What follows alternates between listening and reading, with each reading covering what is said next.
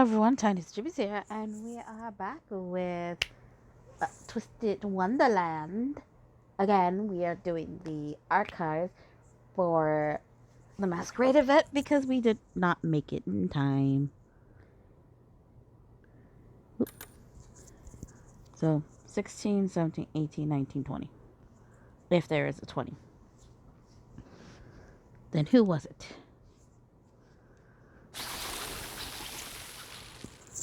I hear the fire lotus rustling. Those wretched night raven merges are making their way up the tower, aren't they? Villains are as stubborn as always. So, what? Hold up. Let's see if I can make this go away. Such such frutily. Why resist at all? Why oppose it? It would be so much easier to surrender to the fire lotus.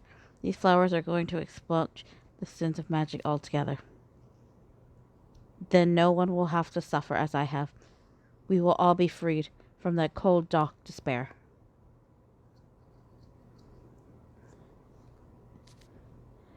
Well, this is a conundrum. I wasn't expecting the stairs to end before we reach the top. We should be getting very close. Yo, party leader. Got some leadership for us or what? Why are you heckling me? We're in the same boat, you know. It seemed Flamey wasn't joking when he said this place was so vast someone could live here. It felt like a straight path upwards when we climbed the tower earlier today, but that must be due to Flamey's familiarity with the layout. Only an extremely agile person could live a place so full of obstacles. I blocked the stairwells leading down with some crates to keep the fire lotus out, but that's not going to hold him off for long. So be it. If we have to break through the ceiling to proceed further. Again, any destruction of the skull structure would be unacceptable. Oh, this is when we get the thing. What's this?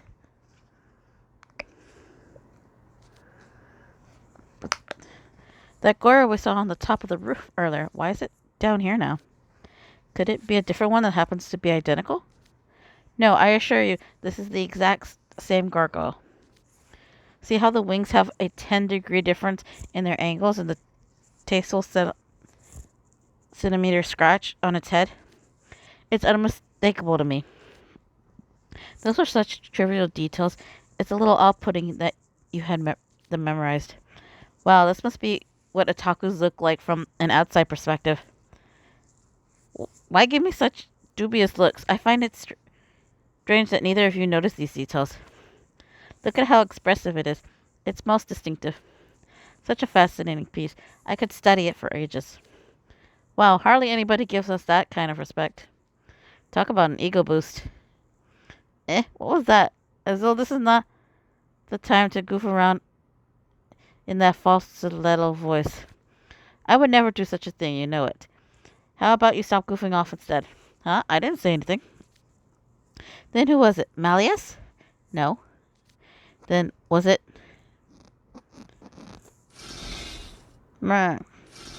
Geez, Louise.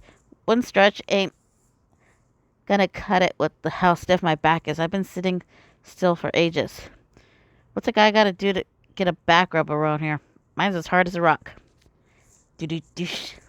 What? The gargoyle talked?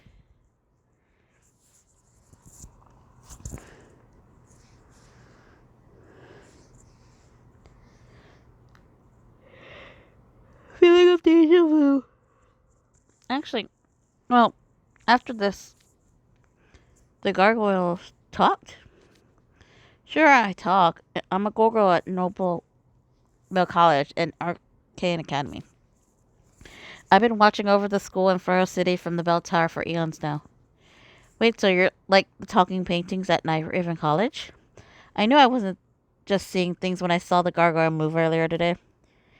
There, you see? I was right, and you were wrong. Uh-huh. Sure, whatever you say. Malleus, are you okay there? What's the matter, Malleus? You've been staring at the gargoyle in silence. Considering your enthusiasm for them, I thought you would be jumping for joy by now. Oh, no, no, no, no, no, no. You got it all wrong. From Malleus' perspective, the objective of his harbor effects just revealed a completely unexpected side of itself. It's possible he's got reality whiplash. And he's all like, the gargoyles I love don't move. This is accurate to my headcanon. So people will just deny reality if it doesn't match some ideal they conjured up in their minds. That's absurd.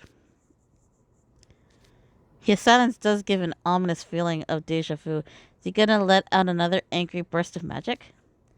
Hey, what a nice set of horns. I got 'em too, see? We should hang out. Come on, let's be pals. No! What kind of reckless fool nudges Malleus Draconia? Hello, can you hear me? Oh, apologies. I was so awestruck it left me in a daze. He got so happy he glitched out. He's even more overjoyed than I anticipated. This is our first meeting, but allow me to introduce myself. My name is Malleus Draconia. I belong to the family that rules over Blair Valley, and I'm here in my capacity as a student of Night Raven College. I am truly delighted you have chosen to converse with me. Might I shake your hand? Malleus, huh? Sure, put her there, pal. Oof. The moment the guard called him pal, Malleus clutched his chest with a pained expression. Yeah, that's a classic fanboy thing right there. He's so happy it physically hurts, like, oof, ow, right in the feels. A superfan just got an impromptu meeting and greet with WTG Malleus. You're from Night Raven College, so you don't even go to the school? What you guys doing here, up here? Allow me to explain. And we have a discussion. I mean, to me, I'm skipping out because I want to check something. Okay. 16, 17, 18, 19. And then the first one. Everything to me.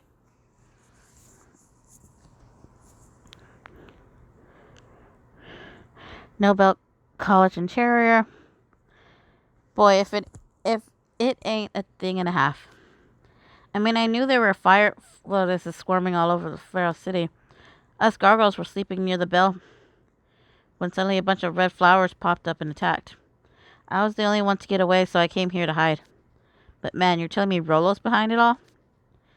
Ah, now I see. The gargoyles possess magic as our talking portraits do, so of course the flowers would go after them. I didn't even know the gargoyles slept. It dared to engage priceless gargoyles capable of reasoning with us. Yet another strike against Rollo Flemmy. Man, oh man, Rollo. Why'd you have to go and pull such a boneheaded stunt? You're familiar with Flamey? Sure I am.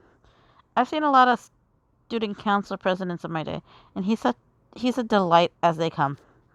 Rain, wind, snow, you name it. No matter the weather, he climbs the hall tower and polishes the bell of solace to a shine. And that ain't all. When we get wet and start growing moss, he rubs it off for us. Now I envy him. The Rollo I know cares a lot for this tower and the bell of solace both. And I don't think he was faking it, which is why I just don't get it.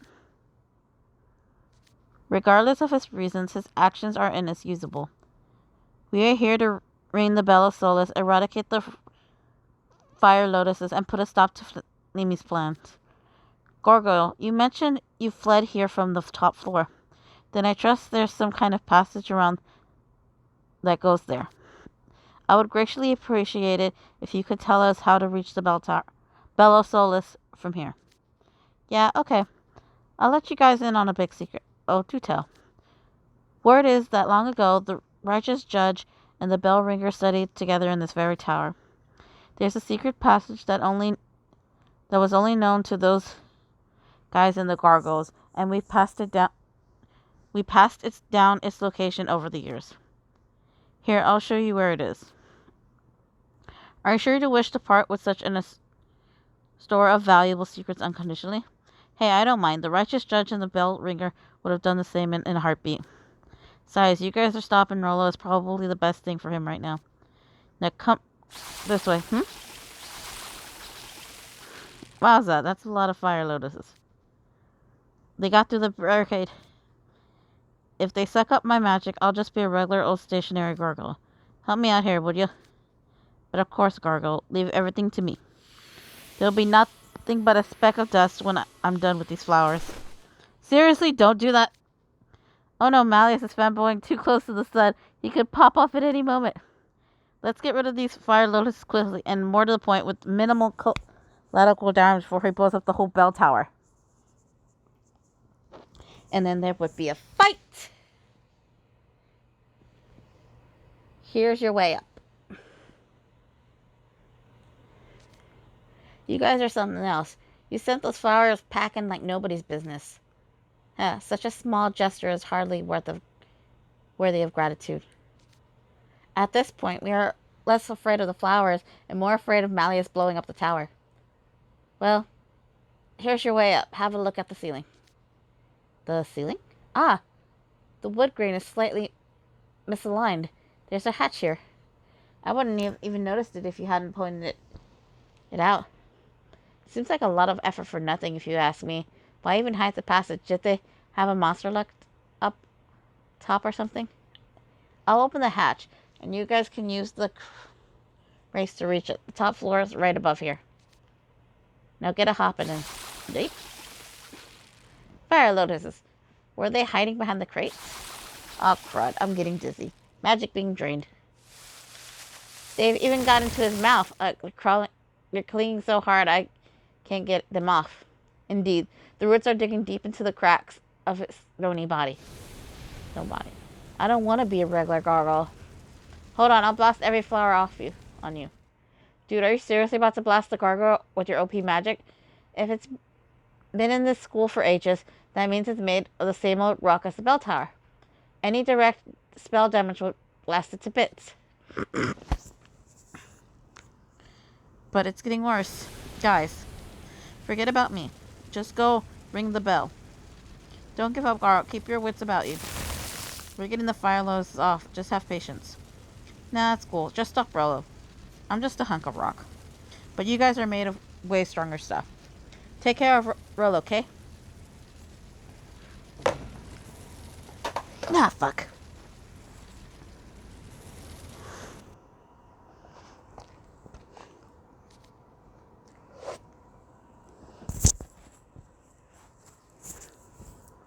Gargoyle? Gargoyle, can you hear me? Gargoyle!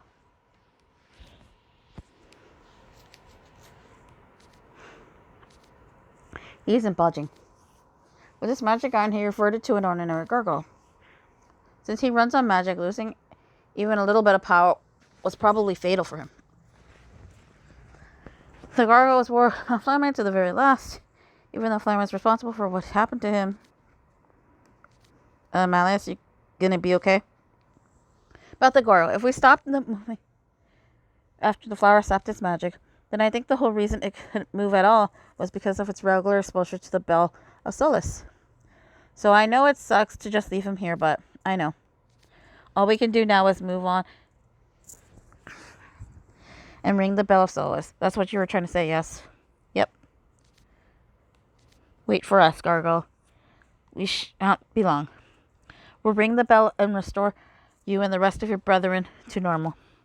And to that end, I shall strike Rolo Flamey down myself.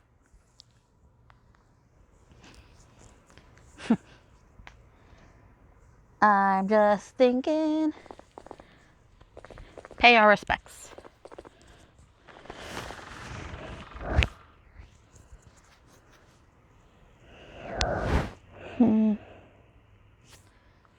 I am going to have to do a quick check.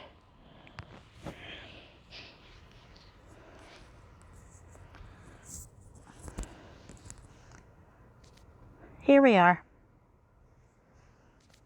The very top floor of the bell tower. The bell of Solace stands out even at night. Look how it glitters in the moonlight. Now it rings. Wipe out the flowers. Now, to ring it, wipe out the flowers and finish that stupid pop-up quest for good. But before we do that, we must pay respects to the host of the party.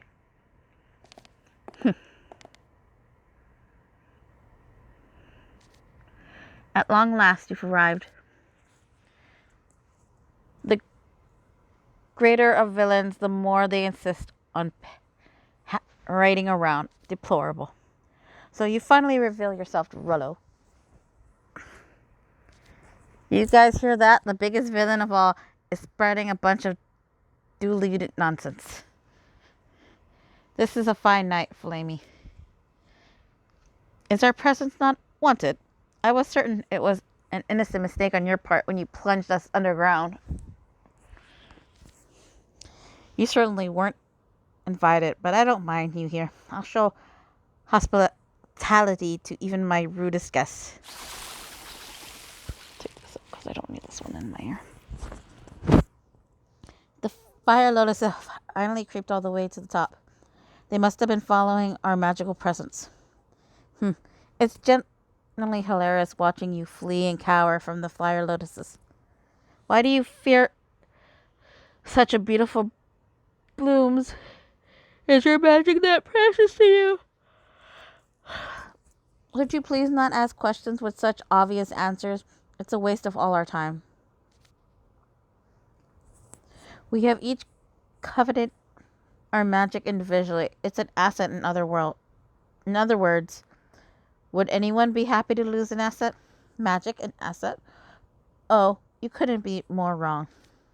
Magic is evil. It's a dangerous power that leads people astray.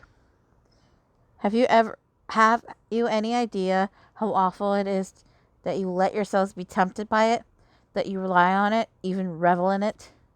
You're all monsters. Okay, so it's actually pretty ironic that it's a fae, a mer person, and somebody who's been cursed right now that is talking with Rollo about this. Because both fae and merfolk rely heavily on magic, and Ida being cursed is kind of, deals with magic shenanigans. But not I. I'm not the least bit afraid to lose my magic. I know. You're not only after myself and the rest of the world's magic. You would do away with your own magic too. But the thing is, Flamey, regardless of your reasons, you will not have your way. I shall stop you for all the fallen in the city, for the people awaiting us at school, for Blair Valley, and for myself, you see. I harbor a particular potent animus towards you. Animus? I shall eradicate the fire lotus and put all to rights with the Bell of Solace itself.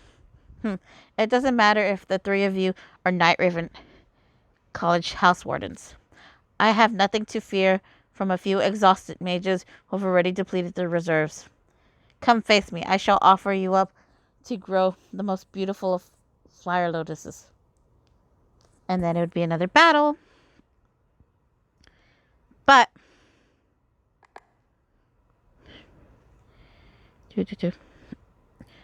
okay, so I have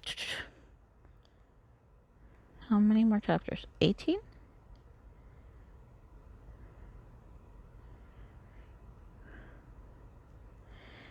More chapters, or technically 17, because I just did one. So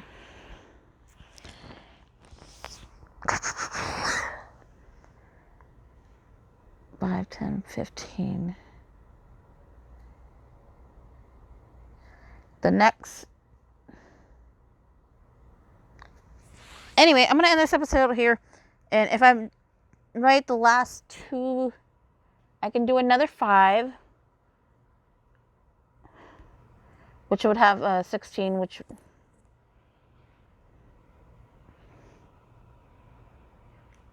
Okay, so 17. 5, 10, 15. That's 3 episodes right there. Leaving me an extra 2. So I can go up to 6. which would be 1.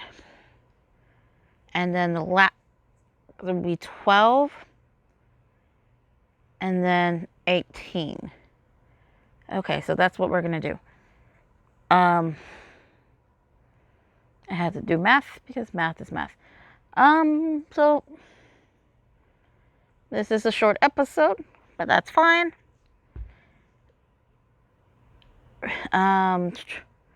Actually, hold up. Hold up.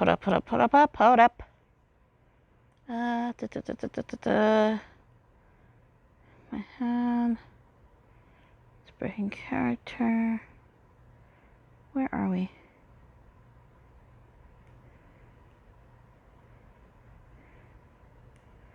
Okay, so this one. 1, 2, 3, 4, 5. 1, 2, 3, 4, 5. 3, 4, 5. Huh.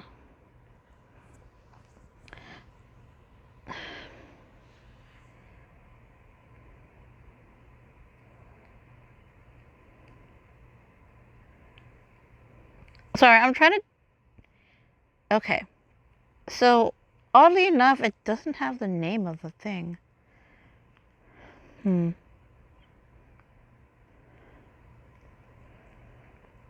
Either way, I'm going to end this episode here, and I'm going to check something real quick. But for now, Tiniestofchibis is signing out.